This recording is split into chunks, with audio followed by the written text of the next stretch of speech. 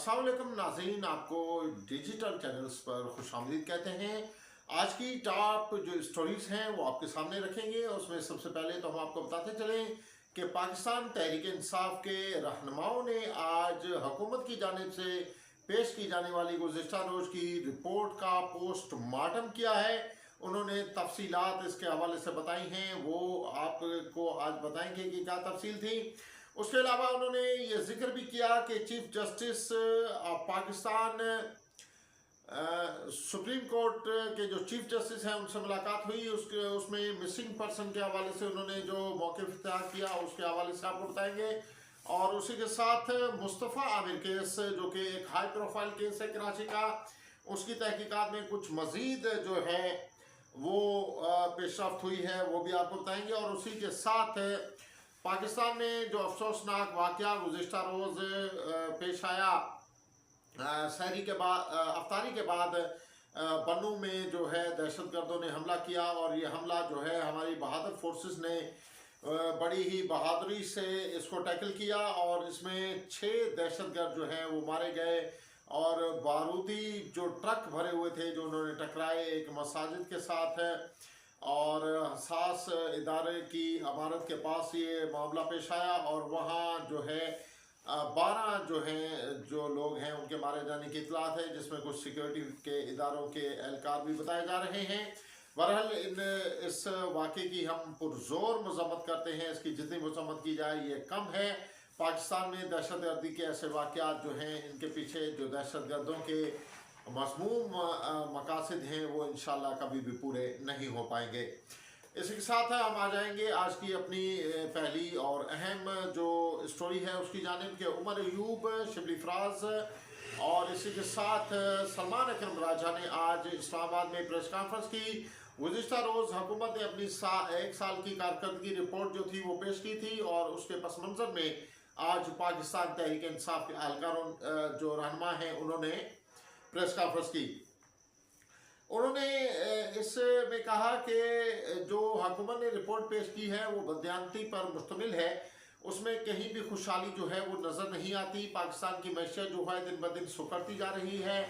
उमर अयूब का कहना था कि ये बैंकों से कर्जे लेकर उनको फिर ये कहते हैं कि ये इनकी कारकर्दगी है, इन्होंने बैंकों से बेपनाह कर्जे लिए। इमरान खान की हुकूमत जब गिराई गई तो उस वक्त 20 अरब डॉलर के जो रिजर्व थे मौजूद थे, लेकिन इस वक्त बड़ा मुश्किल जो है वो 11 अरब डॉलर के रिजर्व्स मौजूद हैं, जिनमें दोस्त ममालिक के कुछ पैसे भी हैं जो हमारे बैंक्स में रखे गए हैं।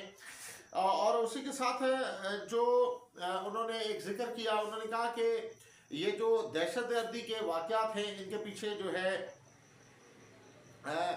मनी लॉन्ड्रिंग और दीगर जो अनासर हैं वो भी ज़रूर कारफरमा हो सकते हैं। लेकिन उसी के हवाले से उन्होंने इनको जो है सिक्योरिटी फेल्यूर करार दिया। उन्होंने कहा कि एजेंसियां जो है हमारी, इनकी कारकर्दगी पर सवालिया निशान उठता है कि आए दिन हमारे मुल्क में जो है वो दहशतगर्दी के वाक़यात होते हैं। और उसी के साथ उन्होंने जो अहम पॉइंट उठाया वो ये था कि हुकूमत ने, जो फेडरल हुकूमत है, उसने 1200 अरब रुपए जो हैं वो केपी की हुकूमत के अदा करने हैं, लेकिन वो अभी तक अदा नहीं कर रही। लेकिन उसी के साथ इसमें आपको बताते चले कि उन्होंने ये जिक्र भी किया कि chief justice Pakistan justice Yahya से उनकी मुलाकात हुई। पाकिस्तान तहरीक इंसाफ के रहनुमाओं की ये चंद रोज़ पहले हुई थी, और उसमें उन्होंने मिसिंग पर्सन के हवाले से जो है गुफ्तगू की। और उन्होंने ये बताया कि पाकिस्तान के इदारे जो हैं वो पीटीआई के कुछ कारकुनान हैं उनको उठाते हैं और उन्हें फिर मिसिंग पर्सन बना देते हैं, उनका कुछ पता नहीं चल पाता। और ख़ास तौर पर उन्होंने ये भी कहा कि 26 नवंबर में जो मामला पेश आए उसमें भी काफ़ी सारे लोग अभी जो हैं वो क्लियर नहीं हो पाए, और उनके हवाले से कोई मालूमात नहीं मिल रही कि वो मिसिंग पर्सनस में जो हैं वो इस वक्त शुमार किए जा रहे हैं। और इसी के साथ आपको बताते चले कि जो उमर अयूब थे उन्होंने ये भी कहा कि 20 लाख लोग जो हैं वो पाकिस्तान जो है वो छोड़ चुके हैं, और IMF से हम जो है वो कर्जा ले रहे हैं। सिर्फ 1.5 अरब डॉलर के लिए हम IMF के आगे लेटे पड़े हैं, वहाँ मिन्नतें समातें हो रही हैं। और मजीद टैक्सेस लगाने की बात हो रही है। लेकिन इसी के साथ जो लोग बाहर गए हैं, एवरेज उन्होंने कहा कि अगर 20 से 25 लाख या 30 लाख एक बंदे ने खर्च किए होंगे तो तकरीबन 27 अरब डॉलर पाकिस्तान का सरमाया जो था वो बैरून मुल्क जो है वो मुंतकिल हो गया। और उसी के साथ जो काउंसिल ऑफ कॉमन इंटरेस्ट जो है उसके इजलास के हवाले से उन्होंने बात की। उन्होंने कहा कि ये इजलास नहीं बुलाया जा रहा जिसमें सूबों ने अपने जो है तहफ़्फ़ुज़ात पेश करने होते हैं, क्योंकि पंजाब में जो है वो एक नहरी निज़ाम बनाया जा रहा है जिसके हवाले से ख़ास तौर पर सिंध को बहुत बड़ी तशवीश है। और यहाँ पर हम देखते हैं कि सिंध में बेशुमार जलसे जुलूस भी हो रहे हैं, लोग इसके खिलाफ जो है बात भी कर रहे हैं। मुख्तलिफ पोलिटिकल पार्टियाँ जो हैं इसको मज़म्मत कर रहे हैं कि ये मनसूबा नहीं होना चाहिए, इससे जो है सिंध में पानी की कमी होगी और सिंध की ज़मीन जो है उसको बंजर बनाने के लिए ये जो मनसूबा जो है वो लाया जा रहा है, जिसमें चोलिस्तान को आबाद किया जा रहा है। लेकिन उसी के साथ पाकिस्तान में जो पहले से आबाद ज़मीन है, जिसमें ख़ासतौर पर सिंध की ज़मीन है, उन्हें उसे जो है वो बंजर बनाने का ये मनसूबा है। उसी के साथ नाज़रीन काफ़ी जो है हाई प्रोफाइल केस है, मुस्तफ़ा आमिर का मर्डर केस जो है उसके हवाले से जो है कुछ पेशरफ्त हुई है। आज जो है सिक्योरिटी इदारों ने अरब मगान जो इसका मरकज़ी मुल्ज़िम है उसके डिफेंस में जो घर है उसमें आज फिर से उन्होंने कुछ चेकिंग वगैरह की है। उस चेकिंग में उन्होंने तकरीबन 18 लैपटॉप जो है वो बरामद किए हैं। इससे पहले जो थे वो 62 लैपटॉप जो थे वो तहवील में लिए गए थे।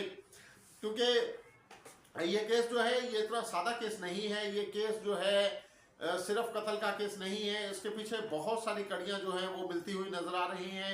उसमें ख़ास तौर पर हम अगर बात करें तो मनी लॉन्ड्रिंग का भी शुबा किया जा रहा है। और उसमें कहा जाता है कि एक ओडी गाड़ी है जिसको जो है वहाँ से तहवील में लिया गया है। और ये शुबा है कि ये ओडी गाड़ी जो है ये भी मनी लॉन्ड्रिंग के पैसे से ली हुई साबित हो सकती है, क्योंकि इतनी बड़ी मिकदार में लैपटॉप और डिवाइसेस का मिलना ये यकीनन एक जो है वो ख़तरे की अलामत है और उसके पीछे बहुत बड़ा कोई नेटवर्क जो है